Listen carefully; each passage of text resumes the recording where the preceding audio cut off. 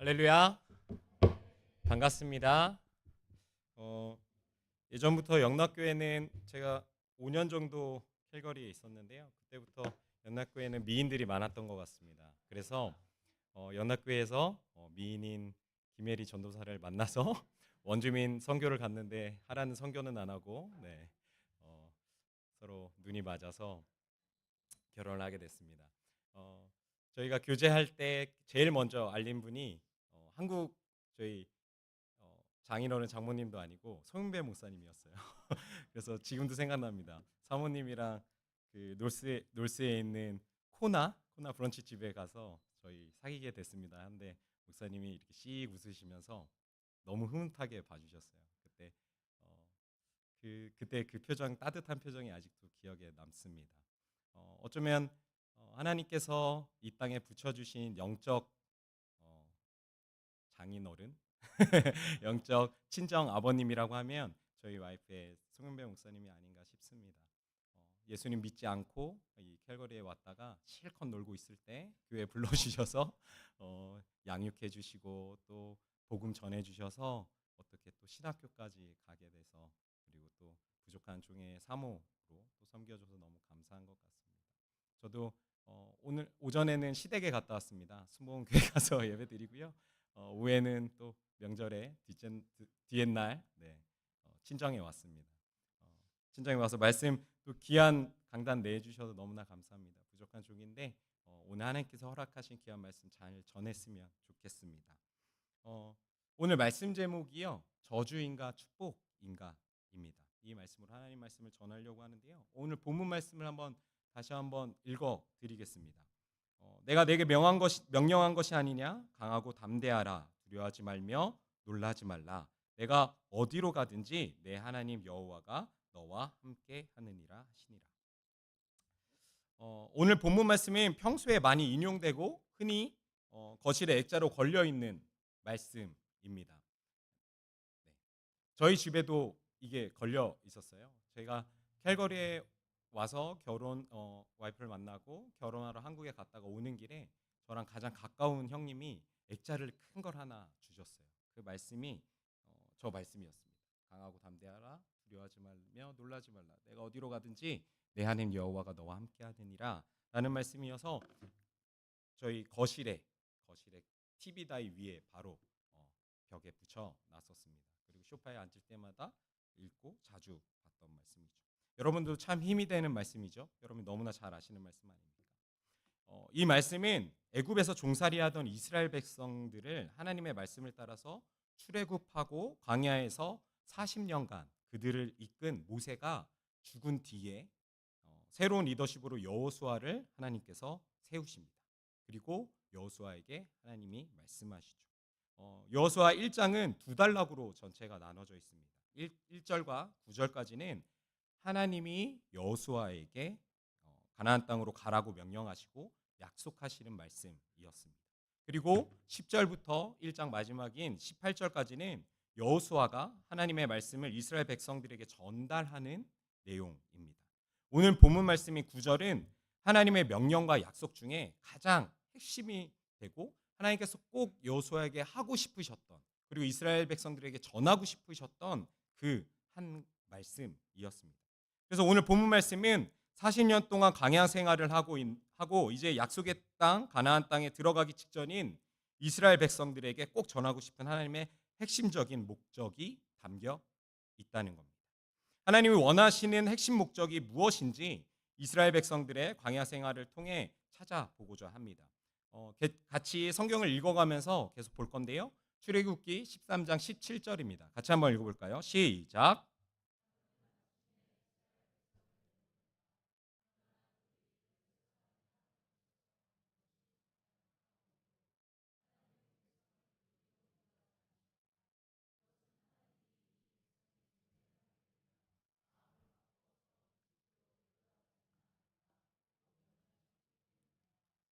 여러분들이 잘 아시겠지만 신학자들과 그리고 목사님들이 이 40년간의 광야 생애를 크게 두 가지로 해석합니다. 첫 번째는요, 이스라엘 백성들의 불순종 때문에 광야를 돌고 돌았다는 것입니다.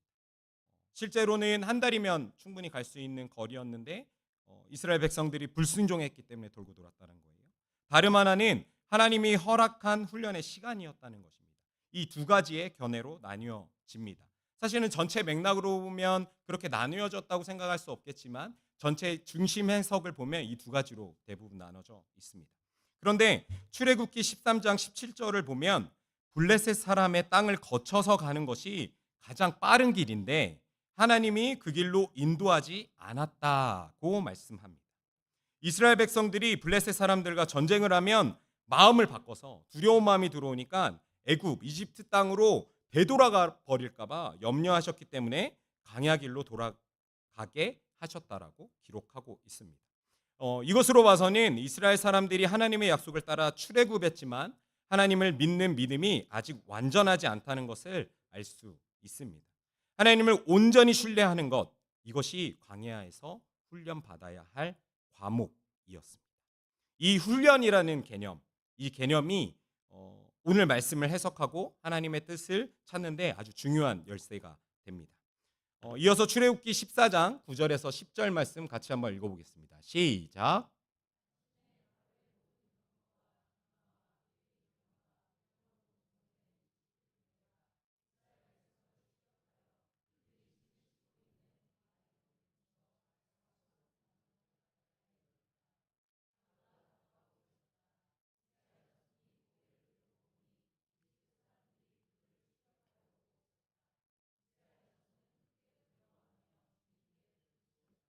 이스라엘 백성들이 종살이하던 이집트 땅을 힘들게 나온 뒤에 얼마 지나지 않아서 고난을 겪습니다. 뒤에서는 이집트 군대들이 쫓아오고 앞에는 바다로 막혀서 더 이상 앞으로도 도망갈 수 없고 뒤로도 도망갈 수 없는 상황이었습니다. 어, 이 어려운 상황에 이스라엘 백성들은 크게 두려워하며 주님께 부르짖었다라고 기록되어 있습니다. 어떻게 보면 두려울 수밖에 없는 상황이었죠. 오늘 본문 말씀에 두려워하지 말며 놀라지 말라라고 말씀합니다. 이것은 우리에게 힘 주시기 위해 파이팅! 힘내! 파이팅! 이렇게 외치는 것이 아니라 두려워하지 말며 놀라지 말라는 것은 어쩌면 뒤집어 생각하면 두려워할 일이 있고 놀랄 일이 있을 것이라는 것을 미리 말씀하고 계시는 거죠.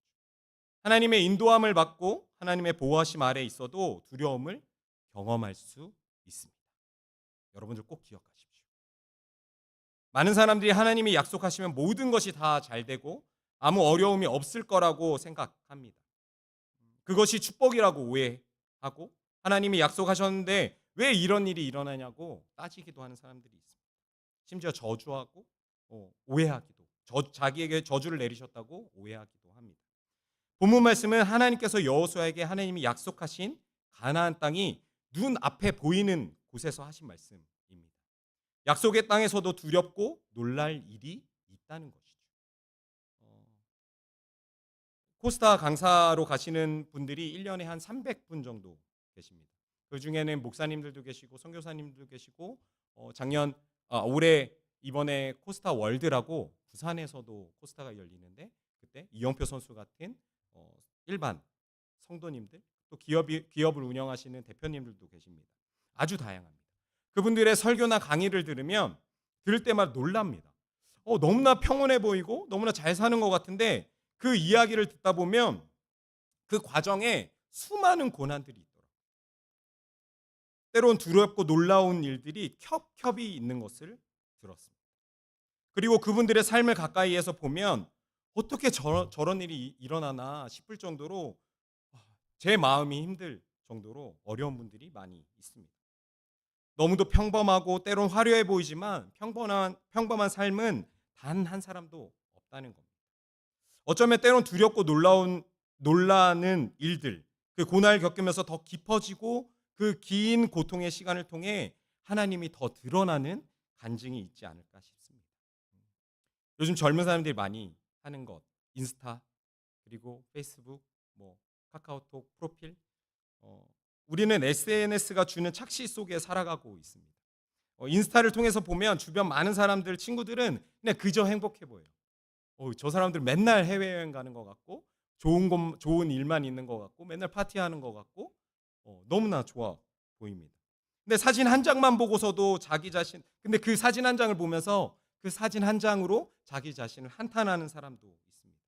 그런데 모든 평범한 것 같은 사람도 그 삶을 가까이에서 보면 모두 굴곡이 있습니다. 예수를 믿는 우리에게도 그 굴곡들이 있죠. 우리는 괜찮은 것처럼 내 삶의 깊은 주름과 같은 두려움과 놀라는 것을 가리고 싶어 합니다. 고난의 주름을 가리려고 잘 포장해서 살려고 합니다. 그래서 행복한 모습만 보이고 그 사람들에게 보여지는 것에 굉장히 중요하게 생각하죠. 우리는 그 포장지를 모두 걷어도 됩니다. 그리고 안심해도 됩니다.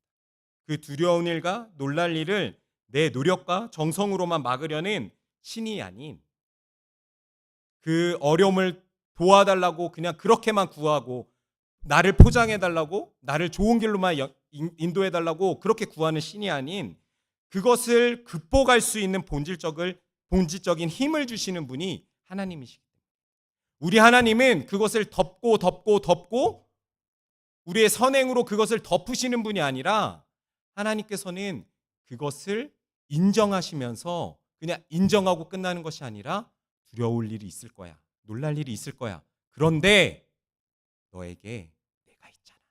이렇게 말씀하시는 분이세요. 혹시 여러분 중에 하나님께서 나에게 무엇인가 약속하셔서 인도하심을 따라 그 약속대로 결정하고 살아가고 있는데 상황이 어려워지고 여러 문제들 때문에 괴로우셔서 하나님의 약속이 의심된다면 절대 의심하지 않으셔도 됩니다. 분명 하나님의 약속이 맞을 거예요. 한 가지 기억하실 것은 하나님의 약속 안에 있어도 두려워할 일이 있을 것이고 놀랄 일이 있을 것이라는 것입니다. 출애굽기 14장 11절입니다. 같이 읽어봅시다. 시작.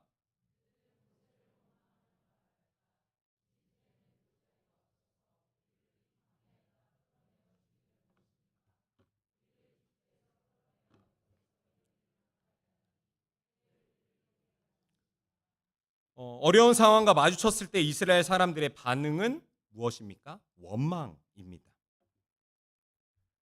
원망 중에 유심히 볼 것은 우리를 이집트에서 끌어내요 라는 말씀입니다. 여기서 이런 일을 당하게 하다니 왜 우리를 이렇게 만드셨습니까? 라고 반문하죠. 이 두렵고 놀라는 상황이 이집트를 떠났기 때문이라고 말합니다. 이스라엘 사람들의 주장은 이집트를 떠났다는 것이 하나님 뜻이었다면 과연 이런 일이 일어나겠느냐. 뒤에 하나님께서 우리를 떠나라고 말씀하셨는데 떠나고 나니까 뒤에는 군대가 쫓아오고 앞에 홍해바다가 있는 이 상황이 과연 이런 어려운 상황을 주시는 분이 하나님이 맞으시냐라고 반문하는 거죠. 그렇기 때문에 자기네들이 이집트를 떠난 것, 출애굽한 것이 그 결정적인 문제라고 생각한 겁니다. 우리는 흔히 하나님의 뜻을 구한다고 하면서 이것이 맞습니까? 저것이 맞습니까? 라고 기도합니다. 코스타 가서 상담을 하면 청년들이 가장 고민하는 것들이 있어요. 제가 A를 선택할 거예요, B를 선택할 거예요, C를 선택할 거예요. 뭐 학교도 A를 선택할 거예요, B를 선택하고 C를 선택할 거예요. 그리고 자기가 마음에 들어하는 상대를 생각했을 때 한 명이면 좋은데 A인가요, B인가요? 근데 C는 절대 안 됩니다. 자기 혼자 결정하고 있죠. 이렇게 저한테 물어봐요. 그래서 제가 기도하고 하나님이 A라고 하십니다라고 이렇게 하길 원하나 봐요. 그런데 하나님이 선명하게 말씀하지 않으시죠. 그렇죠? 여러분 경험하셨잖아요. 선명하게 말씀 안 하세요. 그냥 사랑한다고 말씀하세요. 아이고 알아요. 하나님 사랑한 거 압니다. 근데 그래서 A냐고 B냐고요. 그래 내가 널 사랑한다. 계속 이렇게 말씀하시죠. 그 선택에 따라 어떤 결과가 결정된다고 생각합니다. 우리는 때때로. 그래서 선택에 대해서 신중하고 하나님의 뜻이 정답이라고 계속 묻습니다. 그런데 여러분들 요나 이야기 아시죠? 요나 이야기를 할 때 요나가 순종하지 않아서 물고기 뱃속으로 들어갔고 거기서 회개하고 하나님 뜻대로 순종했다. 하나님 뜻대로 순종하니까 그 뒤에 물고기가 입을 벌려서 요나가 나왔고 하나님 뜻대로 살아야 고생하지 않았더라라고 말하고 있어요. 그 이야기를 너무나 많이 들었습니다. 우리가 여름 성경학교든 어떤 목사님의 말씀을 통해서든 요나의 순종과 불순종에 대해서 말씀하죠. 근데 가만히 보면 성경에 그런 이야기들이 많은 것 같아요. 불순종했을 때 엄청 고생하는 것들. 아까 이스라엘 백성들이 40년 동안 돌았던 것도 그 불순종했기 때문에 40년을 밖을 돌았다라고 말하는 분들의 이야기를 들으면서 우리는 계속 학습되어지고 있는 거예요. 그게 무엇이냐면 사실 이 기도는 내가 어떤 것을 선택해야 고생하지 않을까 하는 나의 안위를 위한 의도가 깔려 있는 거예요. 다시 말씀드리면 우리는 학습된 불안감이 있는 거예요. 그 학습된 불안감이 뭐냐면 어렸을 때부터 요나가 불순종했더니 고생을 했어.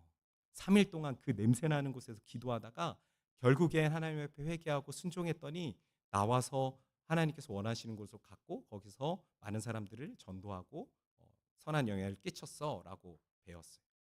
그렇기 때문에 우리 깊은 내면에는 하나님 A가 맞습니까? B가 맞습니까? C가 맞습니까? 하고 하나님의 뜻을 구한다고 하는데 우리 깊은 곳에서는 만약에 A가 하나님 뜻인데 우리가 B를 선택했을 때 하나님은 A로 끌어가시기 위해서 우리한테 얼마나 큰 고통을 주실 수 있을까?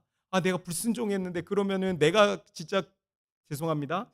개 고생하는데 얼마나 두려운 마음이 생기는지 몰라요. 그것이 우리가 어렸을 때부터 성경을 배우면서 학습되어 있는 불안감이죠. 근데 깊은 내면에는 우리가 그 고통받는 일을 하기 싫은 거예요. 그 고통을 피하고 싶은 거죠. 그래서 계속 하나님의 뜻을 구한다라고 하지만 어쩌면 보험 들듯이 하나님의 뜻을 구하면 분명히 두렵고 떨리는 일이 없을 거야, 놀랄 일이 없을 거야라고 결론을 짓고 계속 하나님의 뜻을 구한다라고 해요. 나의 평안을 위해서.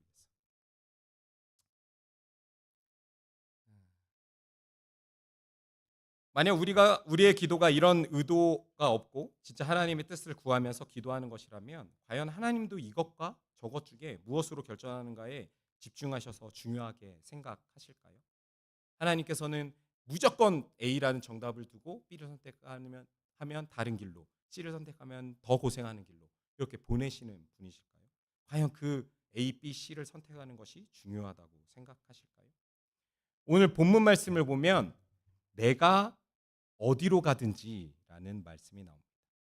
저는 이 말씀을 묵상하면서 새롭게 눈에 들어온 문장이었습니다.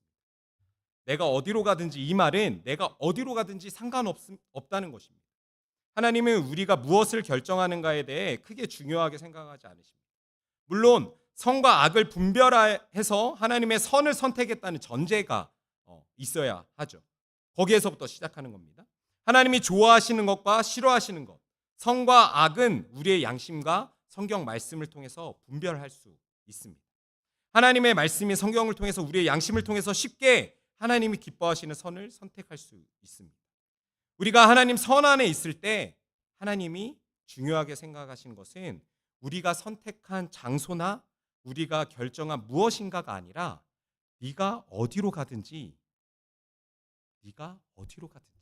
하나님께서 전혀 관심 없으시다는 것이 이 말씀에 분명히 나와 있습니다. 사실 오늘 본문 말씀은 캘거리에서 제가 사역을 하고 5년 정도 있다가 이제 비자도 마칠 때가 되었고 이제 다음 스텝으로 다른 곳으로 다음 여정을 떠나야겠다라는 마음을 주셔서 다음 여정을 결정할 때 받은 말씀입니다. 캘거리에서 사역하면서 때로는 외롭기도 하고 때로는 속 상한 일도 있었고 그런 일들이 있었어요. 신기한 게도 그럴 때마다 너무나 좋은 조건으로 저한테 이 지역으로 오는 거 어떻습니까? 라는 요청들이 있었습니다. 그럴 때마다 아직 교회 비자가 교회 비자 만기, 그러니까 교회 비자 끝날 때까지는 하나님께서 이곳에서 허락하신 훈련의 시간인 것 같습니다라고 하면서 다 거절했었습니다. 그렇게 인내한 끝에 거의 비자 끝날 날이 왔어요. 그리고 하나님 앞에 기도했을 때 이제는 옮겨도 될 것 같은 마음이 평안함이 왔어요. 그래서 신나게 기도했습니다. 하나님, 제가 어디로 가는 게 맞습니까? 어디로 가는 게 하나님 뜻입니까? 미국으로 갈까요? 밴쿠버로 갈까요? 토론토로 갈까요? 하고 하나님 뜻이 어딘지 저도 구했습니다. 그러던 중에 한 번도 뵙지 못한 미국 목사님이 연락이 오셨어요. 시애틀에 계셨던 목사님인데 그 목사님의 친구 목사님의 교회를 소개시켜 준 거예요. 홈페이지를 찾아봤더니 너무나 성도님들도 많고 교회 건물도 너무 좋고 너무 좋은 곳이었어요. 그 목사님과 연결이 돼서 목사님이 저랑 이야기 나누시면서 목사님 저희 교회 오셨으면 좋겠습니다. 제가 뭐 미국 영주권 다 준비해주고 사택도 준비해주시고 차도 주신다는 거예요.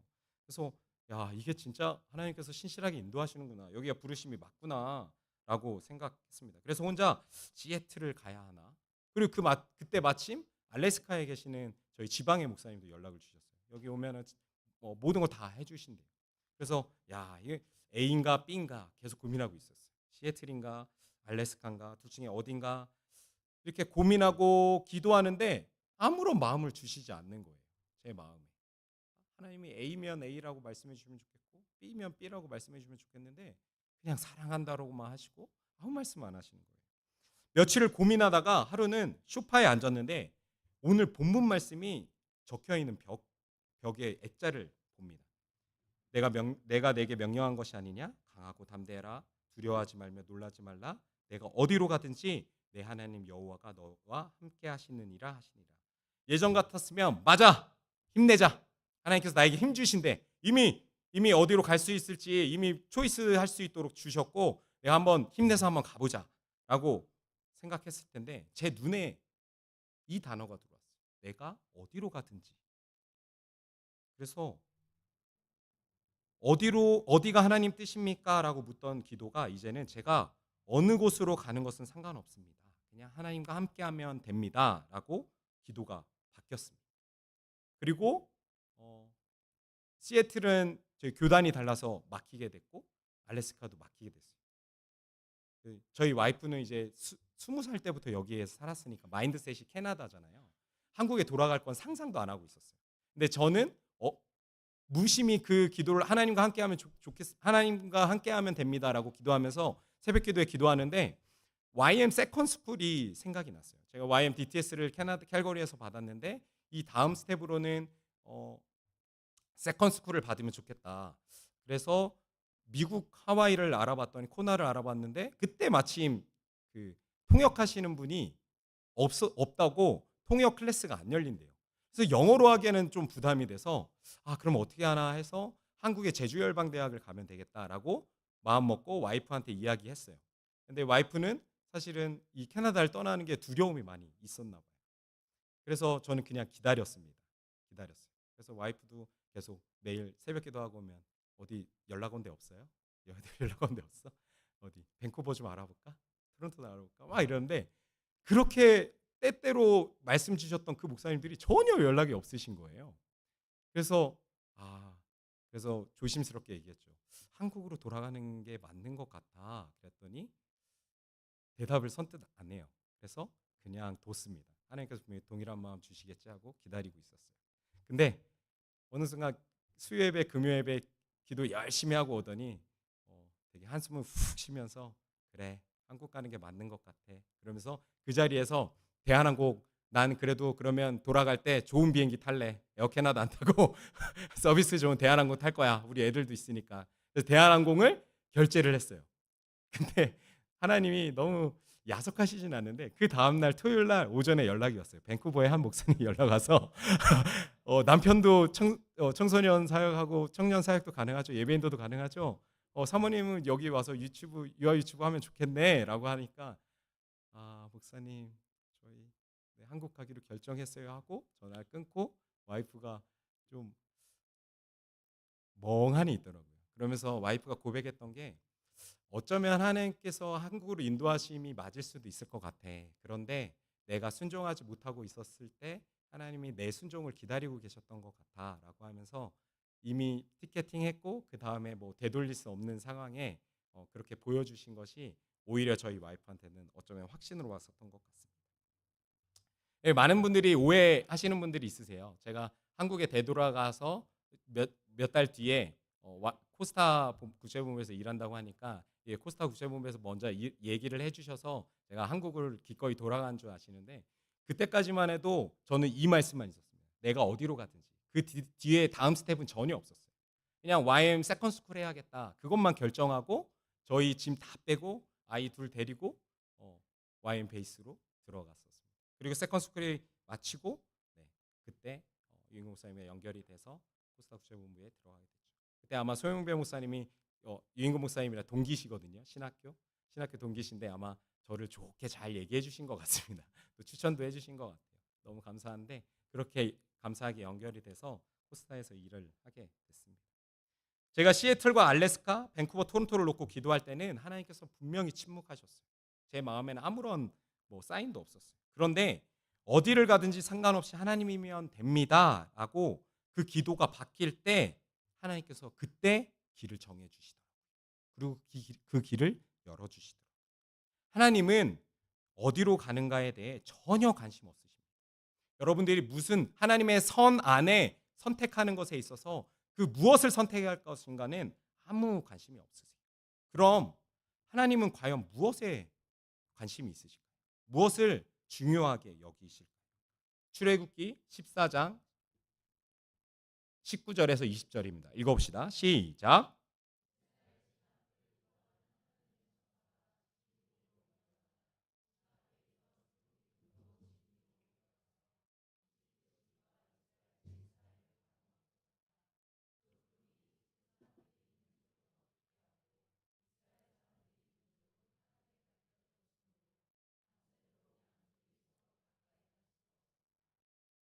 이 말씀은 힘들게 출애굽한 이스라엘 백성들 뒤를 이집트 군대가 쫓아오는 급박한 상황입니다. 이스라엘 백성들을 이끌었던 구름 기둥과 이집트 군대와 이스라엘 사람들 사이 구름 기둥이 이집트 군대와 이스라엘 사람들 사이로 옮겨가서 그 사이를 가로막고 있었다고 말씀합니다. 그리고 밤새도록 양쪽이 서로 가까이 갈 수 없게 했다고 말씀하고 있죠. 구름 기둥과 불 기둥은 하나님의 인도하심, 보호하심의 상징입니다.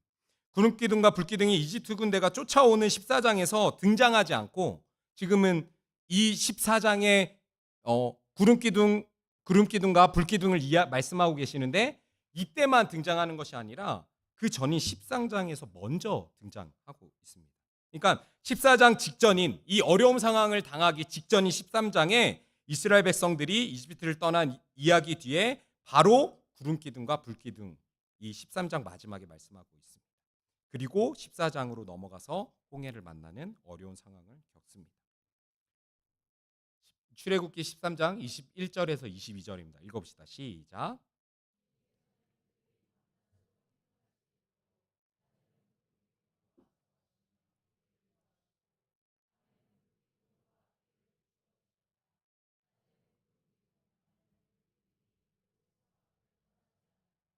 그러니까 아까 보셨던 것처럼 14장에서는 어려운 상황 가운데 있을 때 불기둥, 구름기둥을 말씀하시는데 이미 13장에서 말씀하고 계시는 거예요.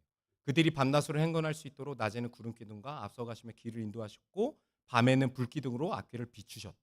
그러니까 이미 하나님께서 함께하고 계시다는 표시를 계속 사인을 주시는 거죠. 주님께서 낮에는 구름기둥으로 앞서가시면서 길을 인도하셨고 밤에는 불기둥으로 앞길을 비추셨습니다. 구름 기둥과 불 기둥이 이스라엘 백성 앞에서 떠나지 않았다라고 말씀하고 있어요. 이것은 하나님이 그들의 곁을 떠나지 않으셨다는 겁니다. 하나님이 그들과 함께 계셨다는 겁니다. 뒤에서는 이집트 군대가 쫓아오고 앞에는 홍해 바다가 있어서 더 이상 앞으로 갈 수도 없이 죽게 되는 고난이 오기 직전, 고난에 짜잔 하고 나타나신 게 아니라 고난이 오기 직전에 이미 하나님께서 함께 하신다는 것을 말씀하고 계시는 거예요. 하나님은 언제나 그들과 함께 하신다는 것을 이스라엘 백성들이 알기 원하셨습니다. 오늘 말씀의 하반절에 내 하나님 여호와가 너와 함께 하시느니라 하시니라. 이 말씀은 우리에게 힘든 상황에만 너와 함께 할 게가 아니라 어려운 상황과 상관없이 언제나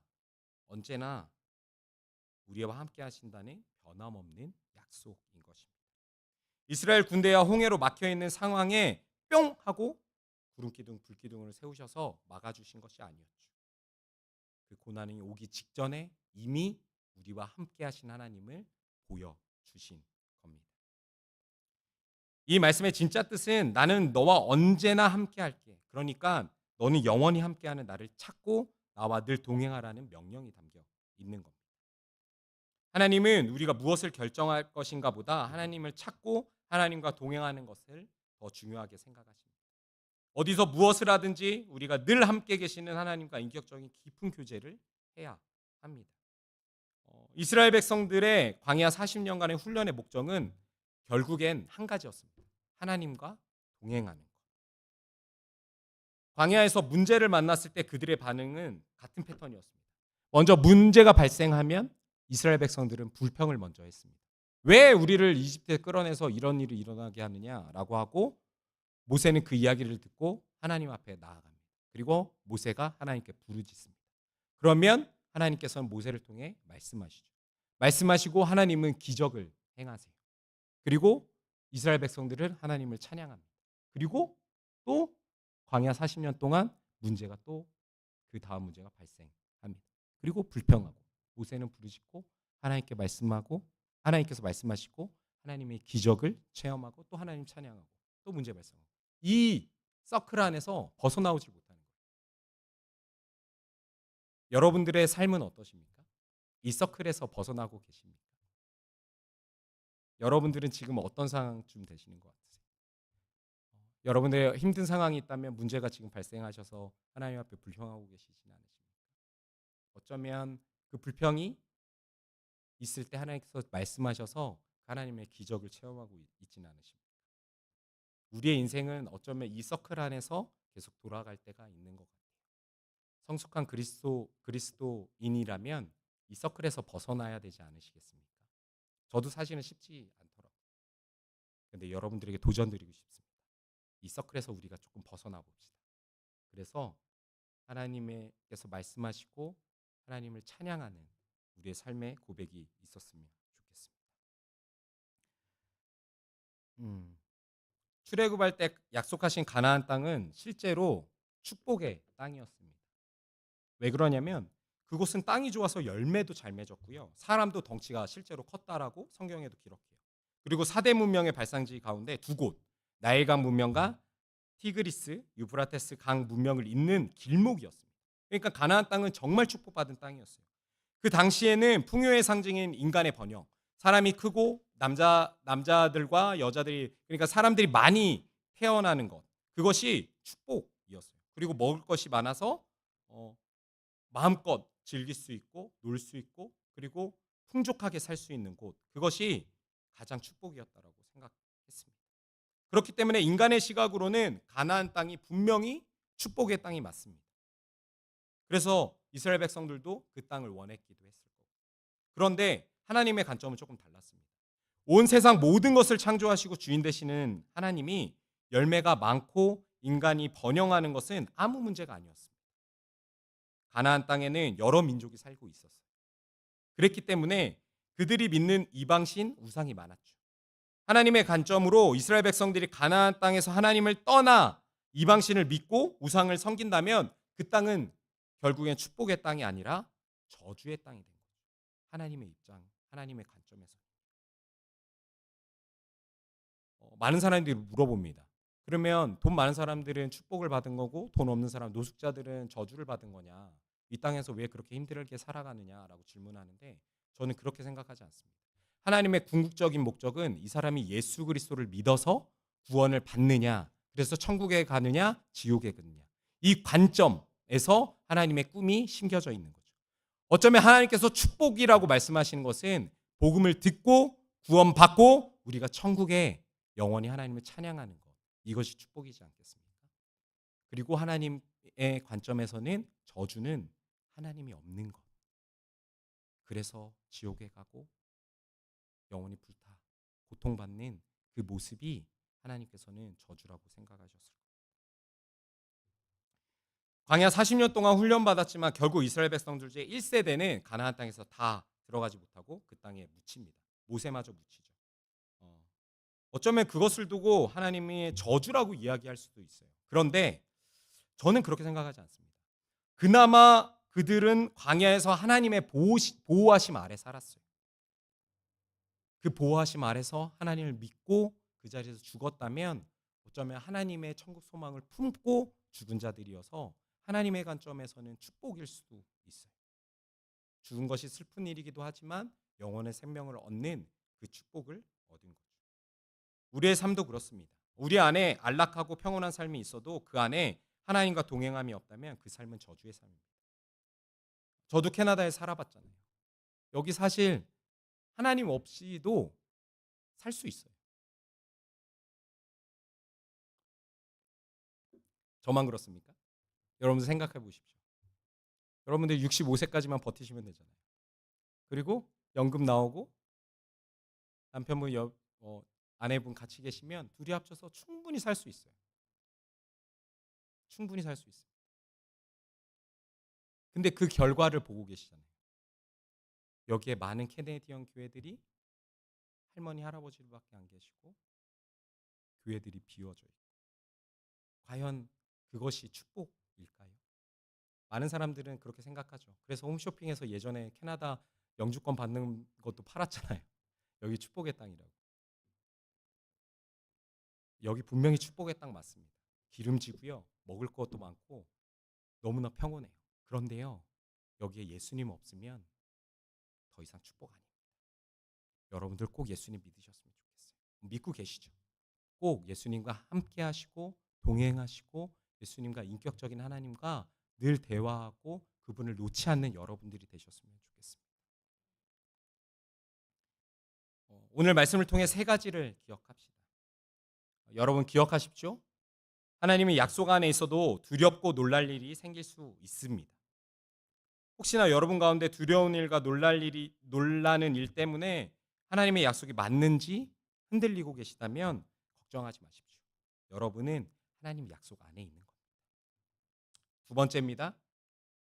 혹시 여러분 중에 내 결정 때문에 이 고난이 오고 어려운 상황에 빠지게 된 건 아닌지 오해하고 계시다면 내가 어디로 가든지라고 하신 말씀을 기억하셨으면 좋겠습니다. 우리가 어디로 가든지 하나님은 하나님을 찾고 하나님과 동행하는 것을 더 중요하게 생각하십니다. 어디로 가야 합니까? 우리가 무엇을 선택해야 합니까? 이런 기도보다는 어떠한 상황에서도 하나님을 잊지 않고 하나님과 동행하며 주님만 붙들겠습니다 하는 이 고백이 있길 소망합니다. 세 번째입니다. 세 번째는 하나님은 이미 우리와 함께 계시다고 약속하셨습니다. 우리는 약속하신 하나님을 잊지 않고 그분을 찾기만 하면 됩니다. 환경이 좋은 가나안 땅도 하나님이 없을 때는 저주의 땅이 됐고 하나님과 동행할 때 축복의 땅이 됐듯이 우리의 삶도 아무리 안락함이 있을지라도 하나님이 없으면 저주의 삶입니다. 하나님을 늘 찾고 깊이 인격적인 교제를 하면서 그 삶이 축복의 삶이 되기를 소망합니다. 마지막으로 질문 한 가지 드리고 말씀을 마치겠습니다. 여러분들의 삶은 여러분들의 이곳에서의 삶은 저주의 삶입니까? 축복의 삶입니까? 오늘 말씀을 기억하면서 찬양하고 기도하길 원합니다.